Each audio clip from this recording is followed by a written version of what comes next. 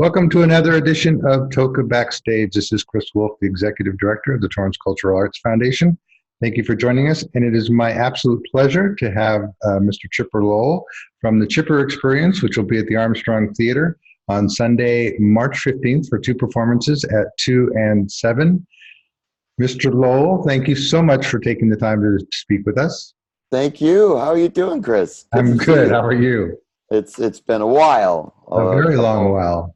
So we actually have had you perform for us a couple of times, once at a gala, and once, I believe, several years back, we had the Chipper Experience. Yeah. We did a matinee and an evening show. Yeah, just like we're doing this time around. For those who haven't experienced the Chipper Experience, how would you describe your show? Well, the full title, Chipper Experience, where comedy and magic collide, and it's exactly that. It's taking comedy and magic and trying to see what comes out of it. You know, sort of a fun mix of improv, audience participation. You never know where the show's kind of going. So there's a lot of in the moment stuff that's really happening in front of everybody's eyes live. You know, I like to do the shows sort of like an improv troupe, in the sense that there's things we're definitely going to be doing, but working with the routines in and around the people that I use, either out in the audience or up on stage. It can be a different show every time you see it, depending on who they are, where they're from, what they do for a living, and how they interact. And you know, it makes it fun. It makes it fun for me too, you know, because I don't know exactly which way the shows are going to go. So having seen you perform a couple of times, I have to say that you are probably one of the most masterful people at dealing with the audience and having fun with them. Have you ever run into, as a matter of fact, I think one time you brought somebody up and asked them for their wallet, and it was, you opened it up and there was a badge in it. Am I remembering that correctly? I've had that happen a couple times. Really? Yeah. You know what happens is that, I mean, I've been performing for 30 plus years. I've been doing this particular show and versions of it changing each, you know, a couple of years for the last 20, 25 years. And I've had several times where, yeah, they're you know, fire chiefs, they're police officers, they're marshals, you know, things of that sort. But that's the thing. That's the fun of it. You don't know who you're going to get up on stage and who it could be, and you know, where it goes from there. I've had shows where, when I had my long-running show up in Tahoe, we did over 600 shows up there over a little over a year, and every night there was something different. I had a lady in the front row loving the show, but she was knitting socks. She was knitting socks, you know, and like, who knits socks? And so I noticed that first time that I went out on stage, and later on I came back out on stage for another segment of the show that we were doing there, and I basically pulled up what she was, you know, showing with the socks, and said, "Are you done yet?" And I pulled up my pant leg, showing I was missing a sock, because it was just ridiculous that someone, you know, wanted to do that. And you smile, but I think she thought she was like maybe in her living room and she could just enjoy the show and at the same time, you know, dust and make dinner. And I don't know, it was very weird, but that's the thing. You get really bizarre situations like that make the show even more fun. That is awesome. Yeah, I have to say, anyone who I've ever spoken to who has seen you perform just absolutely love it. But I want to go back, because you have a very interesting career in show business, starting Yes. from, I think, when you were just a little kid. Literally 2 weeks after I was born, I was on the road. My parents were circus performers, and they met when they were both working on Ringling Brothers, Barnum and Bailey Circus, when it was touring throughout the U.S. My dad was with the show for 7 years, and this is back in the 50s through the early 60s. And my dad was one of, actually, at this point, My dad is 88 years old and one of two remaining living clowns from that golden time period where you had notable clowns like Lou Jacobs and Otto Grebling. Um, so it was unusual. My mom was a dancer and an aerialist, and she did trapeze and Spanish web. She also did hair hang, where you literally hang by your hair, distributing the weight. She still has all her hair. And she also did iron jaw, which is quite literally biting down on a leather strap and being hoisted 3 to 5 stories up in the air. And while you're up there, you're juggling and spinning balls and other things. And so that was my upbringing. But for me, I thought every kid did that because that's all I knew. I thought that was normal, that we were at home about 2 to 3 months out of the year. And the rest of the time we were traveling all throughout the United States and Canada, Mexico. We went over to Australia, New Zealand, England for a little bit. But that was normal to me. We had an A-frame. I've told you this story before, but we had an A-frame rigging in our backyard for my mom to rehearse her aerial acts. And we came home one time, and we did not get to meet our new neighbors that were moving in. And about 5 weeks before we head out on the road again, my mom starts going out and using the aerial rigging, hanging literally by your teeth to strengthen all of the neck and shoulder muscles that's holding the rest of her weight. And the neighbors called the police because there was a woman, looked like she was hanging herself. And, so we were a little bit of the Addams family of the neighborhood in that respect. And that's how we met our neighbors. They're very nice people. And they realized that we were, not weirdos, but just a different lifestyle. But I remember even as a kid being home and having my friends in the neighborhood say, "Hey, do you want to come over for dinner?"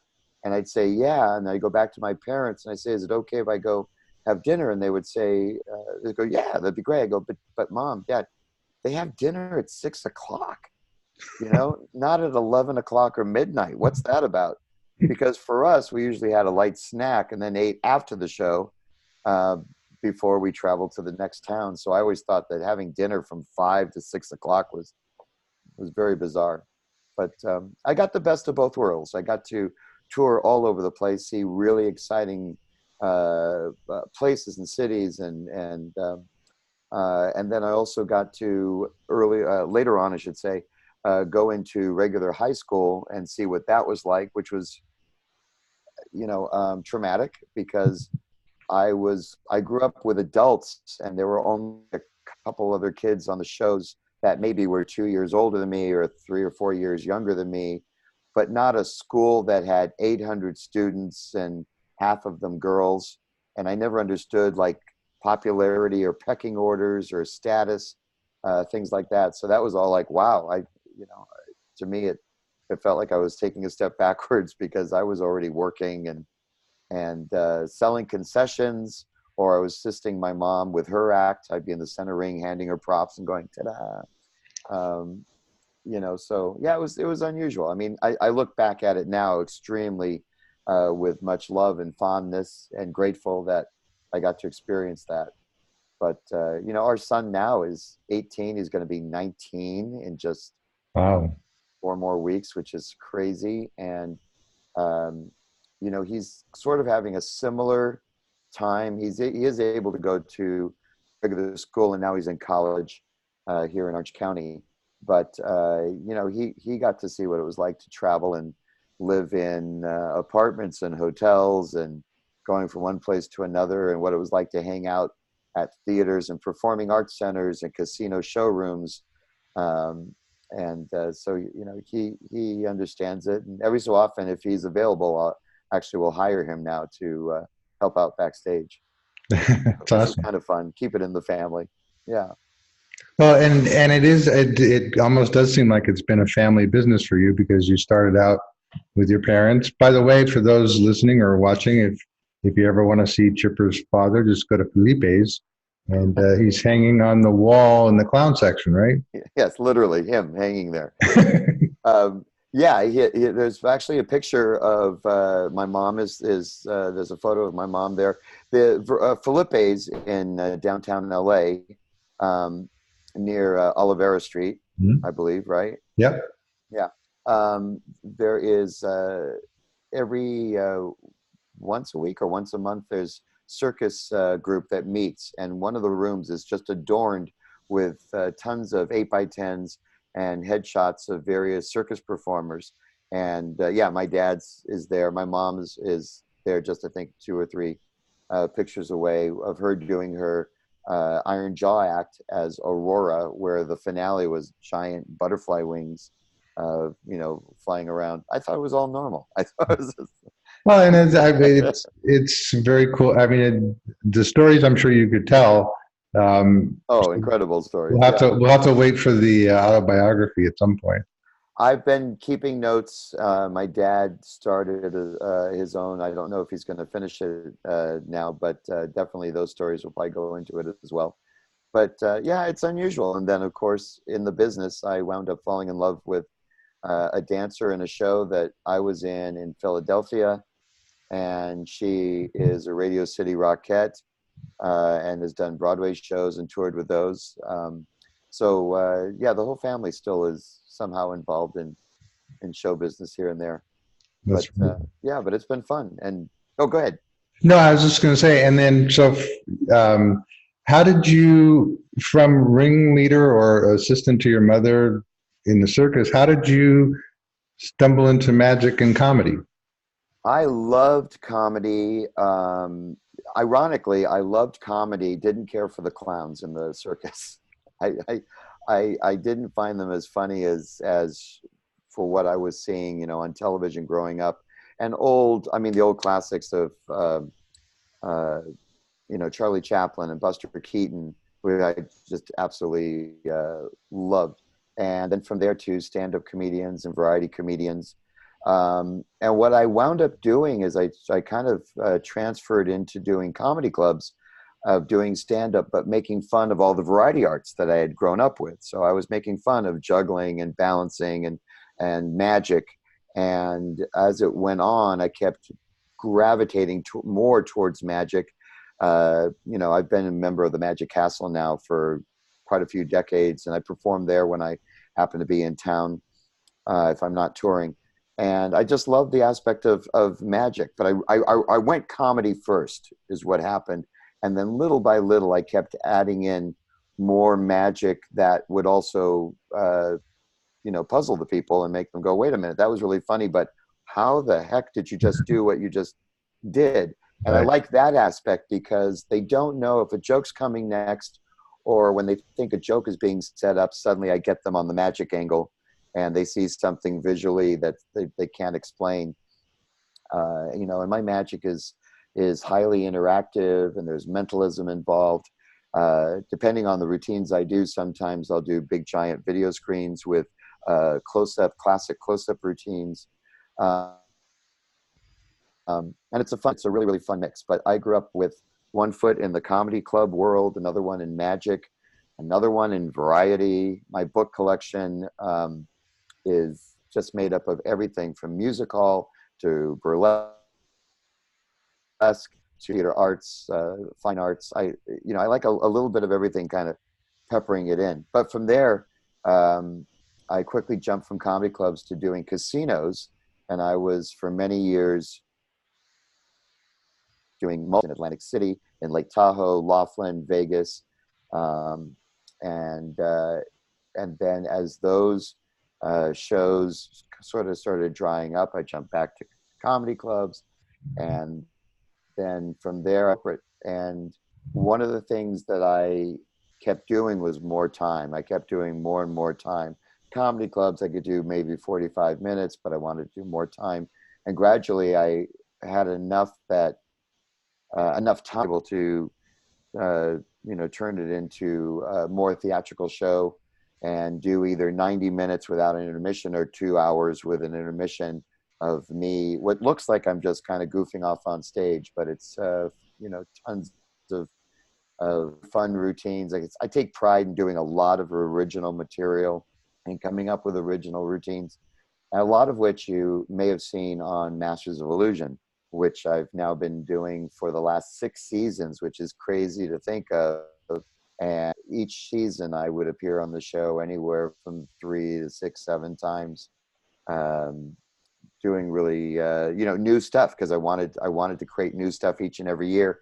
And then little by little, those things rotated, as I say, like volleyball rotation, so that it's, if you're going to come see me, and if you've seen me on TV, you're definitely not going to see the same thing live.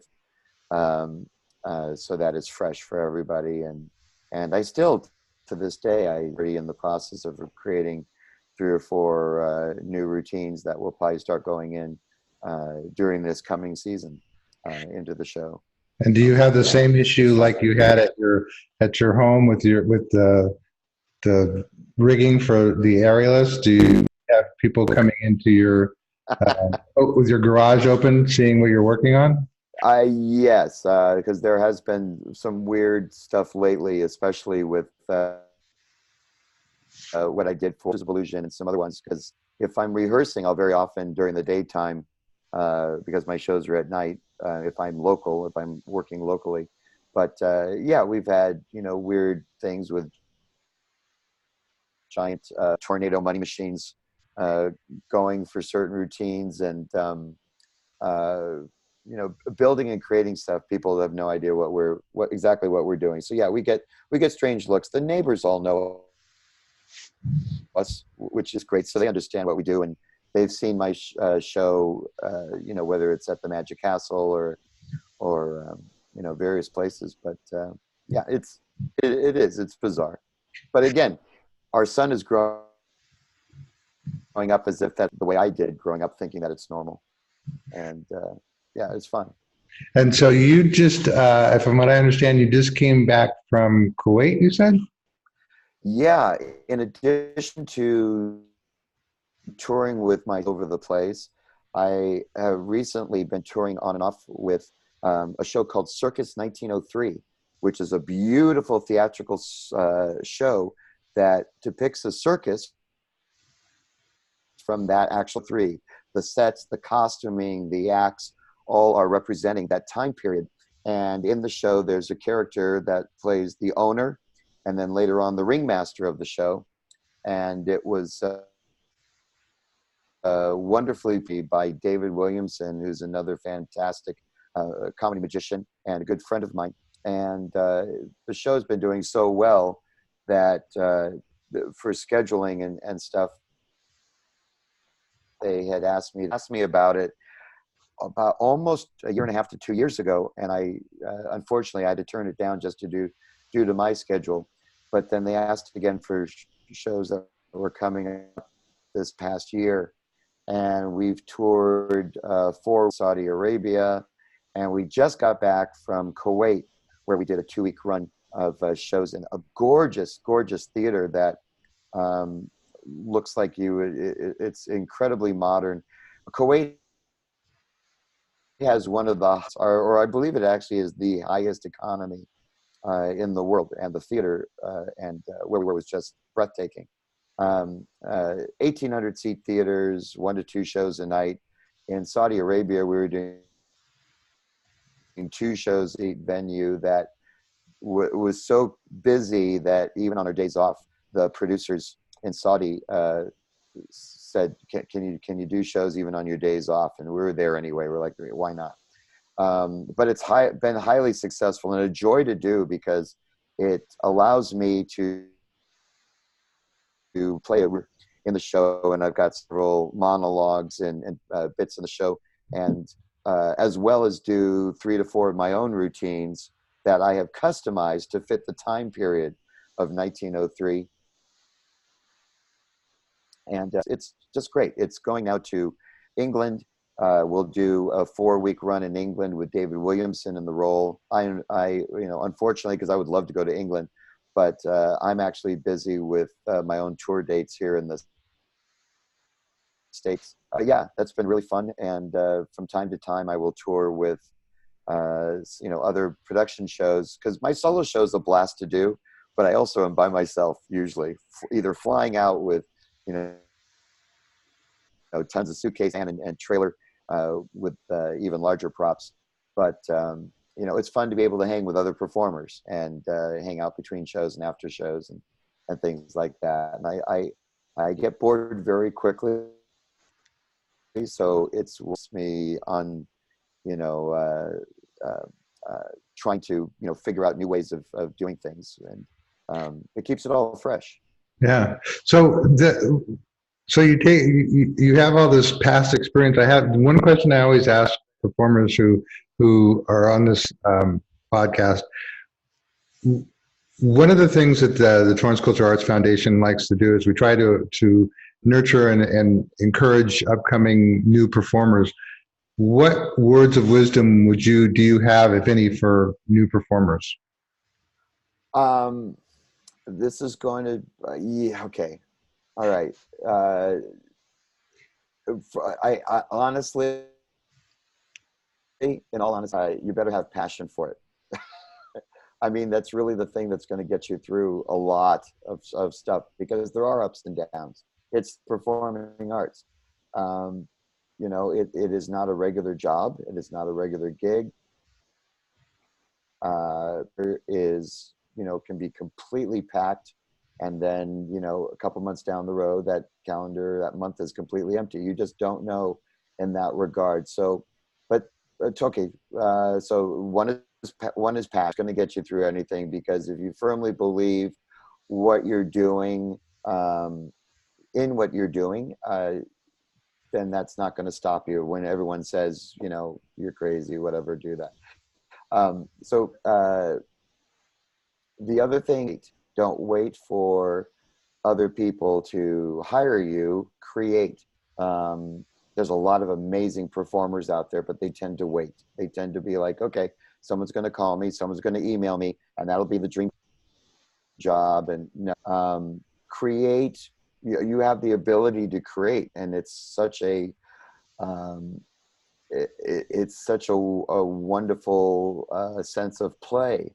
I keep forgetting my own age, time, and then I see a mirror, and then I go, oh, okay. But but I do forget my age, because I'm constantly drawing or sketching something or writing a new routine or figuring out a new joke or show or tweaking some existing material. And that's what keeps you young. That's what keeps you active. And there's a great joy in that. And we have an unusual that, unlike any other job, we have instant validation or gratification, because the audience, if it's done well, laughs or they applaud, and get to talk to them after the show. And there's so many where that's not happening.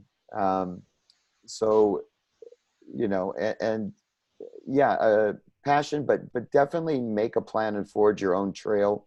What's the worst that can happen is that you created, nothing comes from it, but even the process of creating something is the joy. As they say, it's not it's not the destination, it's the journey. And that to me is what art is. Silly art, like what I do, because I'm not curing cancer, but I am also realizing that people do need a time to get away from what they are doing in their lives, and the time to breathe, to laugh, to enjoy it with their family, their kids. That's important. So yeah, those are the two. I think the biggest regret that I see in other artists and people are going to discover them, when in fact, whatever you do, Steve Martin said it best, because they asked Steve Martin the same question, how do you get known in this business? And he says, be good. Just because it's extremely rare that you be really good at your stuff and create stuff and no one's going to know. Yeah. If you're good and you're turning heads and people want to see you and they're not walking away from your performance, and there's word of mouth at the water cooler about it, people will notice. Agents will, producers will, can move your career forward. So always look at the quality of what you're doing. Um, don't give 90%. Don't give 100%. I mean, even 100%. That's literally someone saying, I just did everything up to that point and I'm good. Give 120%, because that 20% extra is the thing that someone will say, wow, they went a little above and beyond, in regards. And it's a process. I still work at it myself, where I work on routines, and I'll have people around me say, oh, that's great. And I'm like, you know what? It's in my own head, it's still not quite where I want it. I think I can still a couple more jokes out of it. And I mean, pull out, not to take away, but from creating it, to create a couple more little bits and pieces, and maybe a cool twist at the end that they weren't expecting when it comes to the magic side of it. Side of it. So yeah, it's therapeutic. It's extremely therapeutic, whether you are in the audience watching something or being on stage and performing. It's I feel like the art a need more than a want, and I think too many people think of it as a want, but the truth is it centers us, it balances us, it makes us understand what others are thinking and feeling, because if we're not having those at the very least, maybe we're having an indirect conversation with the performer who's on stage, and the relation of looking at your son or your wife next to you watching the show and having a connection that way. It's important enough from day one. That stuff is important. Doesn't matter what your occupation is, but you have to go and play at some point. You have to think. You have to look outside the box, and it only helps what you're doing in your own life and your own career. Well, I do have to say that for those who haven't seen the Chipper Experience, it really is just an afternoon or evening of forgetting every trouble you had in the world, just laughing your ass off. Pardon my French. It's truly just a fun time for everybody. Oh, well, I appreciate it. It's really fun. Audiences have been loving it. I've been now, like I said, I've been doing it for a couple decades, and it's been an honor to be at in Torrance, the Armstrong, and that's up to be back there again. And yeah, we got 2 shows, and the show, like I said, it's for ages 9 to 99. It's not a kiddie magic show, but Kids Will is a show that no matter what your age or where you're coming from, people are always amazed. They're like, oh my gosh, I enjoyed it just as much as our kids did. And I brought my parents or my grandparents, and they loved it just as much. I really try to make it a show that everyone gets something out of it and has a great time. Well, you definitely have succeeded, because it's so it's so well done that it's exactly like you said. You look in the audience and you see little children laughing, from, like you said, 6, 7, 8, and then you look over and you see their parents laughing just as hard, or if not harder. And I think you've really kind of fine-tuned that art of having mass appeal, or at least crossing generations with your humor. So congratulations on that. Thank you. I appreciate it. It's come from, because I do look at it at times, and it's come from the fact that early on I worked at Disney, early in my career at Disneyland and Knott's Berry Farm, and catered to family audiences, comedy clubs. I catered to adult audiences, cruise ships that I've worked. Some of those you cater to the senior crowds, and you start understanding that truthfully we're all the same. We're all the same. We all laugh at the same stuff. Or you're telling a joke or routine that people are getting, but on different levels. Right. The kids are getting it on one level, but the adults are understanding the sly little side comment that was put in there, and stuff. So yeah, but thank you. I appreciate that. So again, for those who haven't experienced it yet, but I urge you to, the Chipper Experience will be Sunday, March 15th at 2 and 7 at the Armstrong Theater. Tickets are still available. Chipper, thank you so much for you taking the time to talk. I know you're like crazy busy flying in and out and performing every which place, but it's been an extreme pleasure to talk to you today.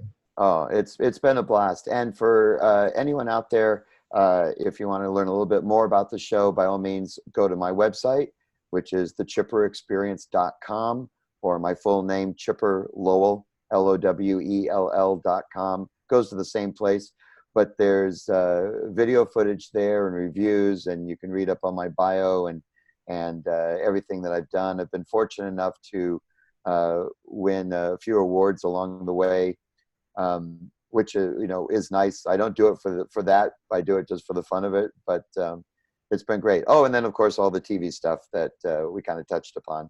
That's right. You're a two-time comedy magician of the year, right? Or is that now 3 times? Yeah. 2 times Comedy Magician of the Year. I've also been nominated twice for Stage Magician of the Year at the Magic Castle Academy of Magical Arts in Hollywood.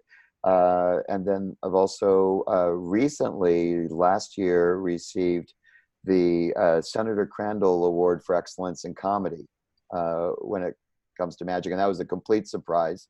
I performed in Michigan, and it was part of a large convention that's been going on for, I think they've been going on for like 40, 50 years. And at the end of it, they said, are you going to be there for the final, the final event? And I said, oh, I'm just packing. They said, no, you really should be there. And I'm like, well, okay. And it was a surprise. They said, we wanted you there. We didn't want to tell you why, but they awarded me the Excellence in Comedy Award, which is, I was very, what's the word? Gobsmacked. I love that word. But and again, they're fun. I don't display them. We have one statue that's a doorstop for the office. So that now I feel it has a purpose because it keeps the door open. But but yeah, it's been a blast. This next year, I'm looking at possibly doing Penn and Teller's Fool Us, and then we don't know yet if we're having a season 7 of Masters of Illusion, and if we do that, I'll wind up doing another 3 to 5 different spots that I'll have to dream up, literally in the next couple months, because we usually tape that show in February or March, and then like our season 6 just ended just like 3 weeks ago. But if you want to see those, you can go online to CW and look for Masters of Illusion, and you can see them all once they've aired, which they have. You can look at them online. And there's another show called Don't Blink that's on the Pop Network that I also did a couple years back, and those are available online as well. And then, of course, early on were a bunch of other different shows, but those are the more current ones. We might as well just have a Chipper channel. Yeah, right? We could. I think that the channel showing the aquarium probably has. Yeah, well, it's that thing. I would never tune into it because who wants to see themselves? All right, my friend. Wilson, I have more fun in the live shows. Yeah. Go ahead. I'm sorry. Go ahead. Oh, no, I was just saying we have to sign off. But again, thank you so much. I urge everyone to get your tickets soon for the Chipper Experience. Tickets are still available at torrancearts.org. That's Sunday, March 15th. Chipper, thank you so much for your time. Thank you. It's so good to talk to you, and it's been far too long. We'll see you soon. All righty. Take care. Bye-bye.